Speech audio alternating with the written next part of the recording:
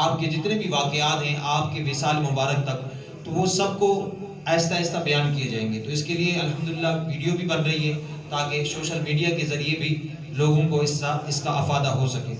تو آج ہم بیان کریں گے حضور علیہ السلام کے والدین کے ایمان کے متعلق علماء کا اختلاف۔ حضور علیہ السلام کے والدین کریمین رضی اللہ تعالی عنہما کے بارے میں علماء کا اختلاف ہے۔ کچھ علماء وہ ہیں جو ان دونوں کو مومن مانتے ہیں، کچھ علماء وہ ہیں جو ان کو مومن نہیں مانتے، اور کچھ علماء وہ ہیں جو اس مسئلے کے بارے میں توقف کرتے ہیں اور وہ کہتے ہیں کہ ان کو ہرگز کافر نہ کہا جائے، بلکہ یہ معاملہ اللہ تعالیٰ کی بارگاہ میں سپرد کر دینا چاہیے۔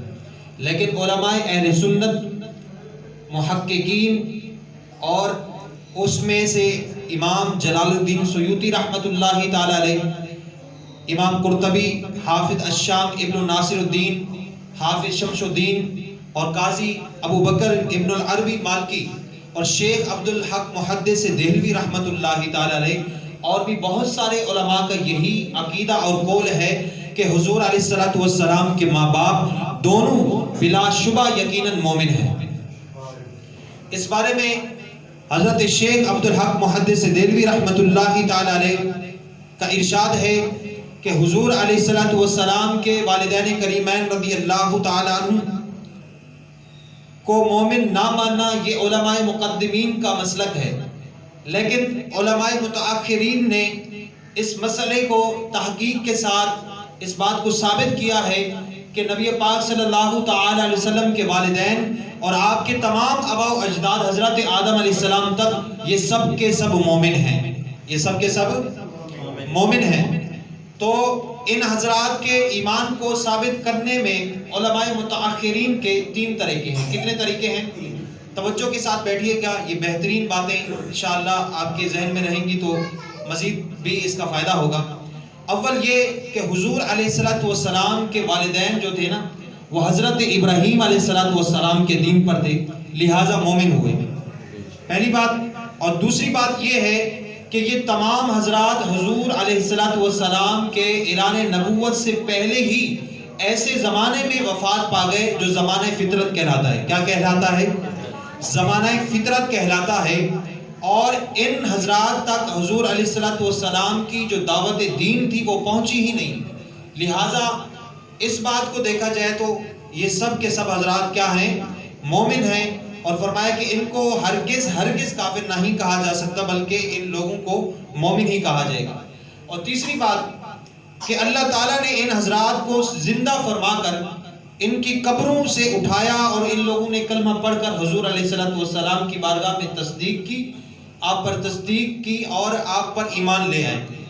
اور حضور علیہ السلام کے والدین کو زندہ کرنے کی حدیث جو ہے اگرچہ وہ ضعیف ہے مگر اس کی سندیں اس قدر کثیر ہیں کہ یہ حدیث جو ہے نا صحیح اور حسن کے درجے کو پہنچ چکی ہے۔ اور اسی طریقے سے یہ جو علم ہے یہ علماء کا علم جو ہے یہ وہ علم ہے جو علماء مقدمین پر ظاہر نہیں کیا گیا، لیکن علماء متاخرین پر اس علم کو منکشف فرمایا، اور اللہ تبارک و تعالی اپنے فضل سے، اپنے رحمت سے جس کو چاہتا ہے وہ اس کو اپنے علم سے خاص فرما لیتا ہے۔ اسی طریقے سے امام قرطبی نے اپنی کتاب تذکرے میں تحریر فرمایا کہ حضرت عائشہ رضی اللہ تعالی عنہا نے فرمایا کہ حضور علیہ السلام حجت الوداع میں ہم لوگوں کو ساتھ لے کر چلے اور ہجون کی گھاٹی پر گزرے تو رنج و غم میں ڈوبے ہوئے تھے اور رونے لگے۔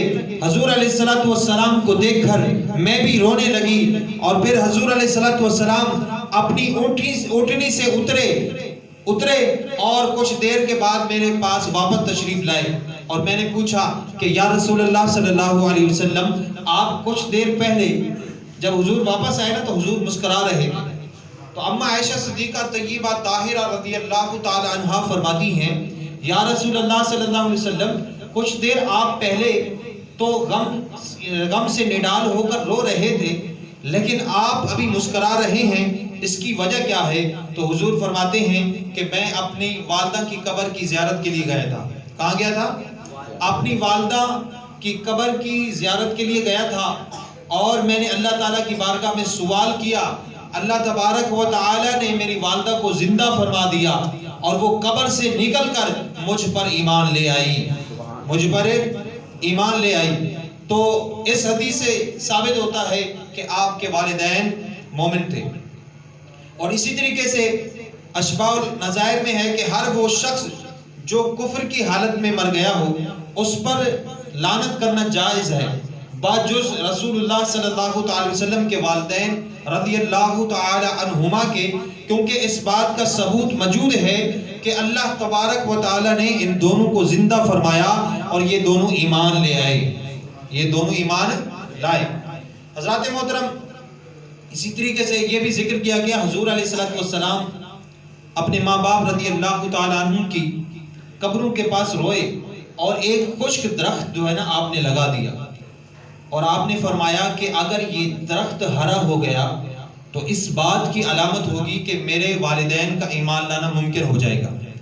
تو وہ درخت ہرا ہو گیا، پھر حضور علیہ السلام کی دعا کی برکت سے اللہ تبارک و تعالیٰ نے آپ کے والدین کو قبروں سے زندہ کیا، وہ کھڑے ہوئے اور آ کر اسلام لائے، پھر اپنی اپنی قبروں میں واپس تشریف لے گئے۔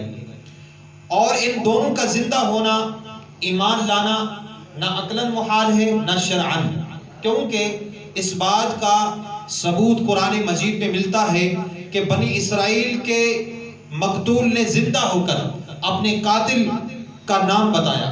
اسی طریقے سے حضرت عیسیٰ علیہ السلام کے دست مبارک سے بھی چند مردے زندہ ہوئے۔ تو یہ بات نہ عقلاً محال ہے نہ شرعاً محال ہے، کیونکہ بنی اسرائیل کا جیسا کہ میں نے آپ کے سامنے واقعہ کیا کہ ایک مقتول نے اپنے قاتل کا نام بتا دیا زندہ ہو کر، دوبارہ زندہ ہو کر۔ اسی طریقے سے حضرت عیسیٰ علیہ السلام بھی مردوں کو زندہ فرمایا کرتے تھے۔